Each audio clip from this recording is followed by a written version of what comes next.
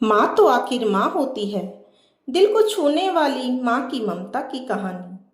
मेहुल अब बड़ा हो गया था। पढ़ लिख कर अब उसकी एक अच्छी सी नौकरी एक शहर में भी लग गई थी। कुछ दिनों बाद उसके माँ बाप ने उसकी शादी एक सुंदर और सुशील लड़की से करवा दी। वह भी नौकरी करती थी।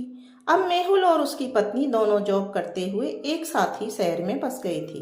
बीच बीच में गांव आते जाते रहते थे। कुछ दिनों पश्चात मेहुल के पिताजी इस दुनिया को छोड़कर चले गए, जिसके बाद उसकी माँ एकदम अकेले सी हो गई थी। इसलिए कुछ दिनों के बाद मेहुल अपनी माँ को अपने साथ रहने के लिए शहर ले गया। वहां का रहन सहन माँ को बिल्कुल भी नहीं भाता था, लेकिन बेटे के प्यार व बेटे के साथ रहने की इच्छा के कारण वह शहर में रहने लगी। वह वहां के अनुसार अपने आप को ढालने लगी। मेहुल व उसकी पत्नी उसे बार बार टोकते रहती कि ऐसा मत करो, वैसा मत करो, लेकिन ममता की मारी वह चुपचाप रहती। एक दिन की बात है, जब सुबह मेहुल की पत्नी को ऑफिस जल्दी जाना था, सो वह सब कुछ जल्दी से तैयार करके मेहुल का खाना पैक करके ऑफिस चली गई। इसके बाद मेहुल भी जल्दी जल्दी तैयार होकर ऑफिस निकल गया था। फिर कुछ समय बाद मेहुल की माँ ने देखा कि उसका बेटा तो खाने का लंच बॉक्स घर पर ही भूल गया है।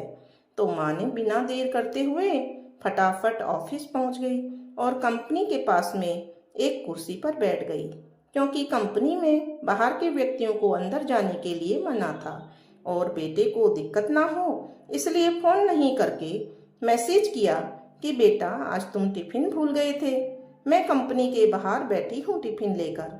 लेकिन मेहुल अपने काम में बिजी था, सो माँ के मैसेज पर ज्यादा ध्यान नहीं दिया। उसकी माँ बाहर उसका इंतजार करती रही। इस तरह कई घंटे बीत गए और इस बीच कई मैसेज भी किए, लेकिन मेहुल का कोई उत्तर नहीं आ रहा था। इस कारण मेहुल की माँ को चिंता होने लगी थी। लेकिन मेहुल अपनी माँ की कई मैसेज आने के बाद अंदर ही अंदर खूब गुस्सा होने लगा था। आज तो उसने तय कर लिया था कि आज घर जाकर माँ को खूब अच्छे से समझा देगा कि यह उसका गांव नहीं है जो कुछ भी मनमानी करती रहेगी। और इस तरह शाम हो गई। जब मेहुल घर जाने के लिए कंपनी से बाहर निकला तो देखा कि उसकी माँ तो यहीं खड़ी है, जिसे देखकर उसका गुस्सा सातवें आसमान पर था और बिना कुछ पूछे ही अपनी माँ को डांट फटकारने लगा कि पहले तो घर में खाली बैठे बैठे मैसेज से परेशान करती रहती हो और अब तो उसकी कंपनी में भी आ गई हो। आखिर यह उनका गांव तो नहीं है जो मनमानी करती रहोगी।